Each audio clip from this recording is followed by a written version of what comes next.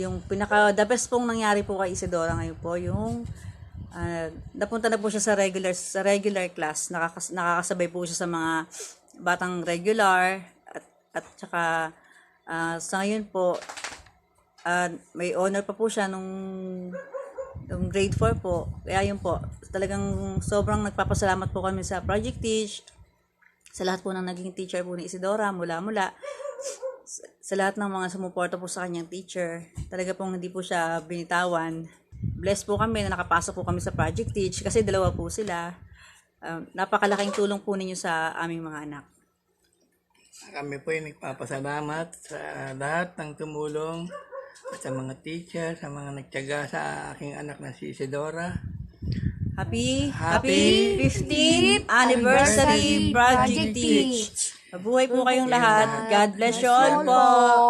Nag-start kami sa Project Teach nung 5 years old pa lang si Zoe. Sa pag-stay namin sa Project Teach ng 6 years, marami na siyang naging pagbabago. Ang pinakamalaking pagbabago na naitulong ng Project Teach sa amin ay pagdating sa kanyang pag-aaral, lalo na sa math at saka sa English. Dati, nung pumasok siya sa school, nung mag-grade 1 siya, hindi pa siya talaga marunong bumasa. So, malaki ang naging parte ni Project Teach para sa pag-aaral niya. Hindi lang sa pag-aaral niya malaki ang nagawa ni Project Teach, pati rin sa ugali niya.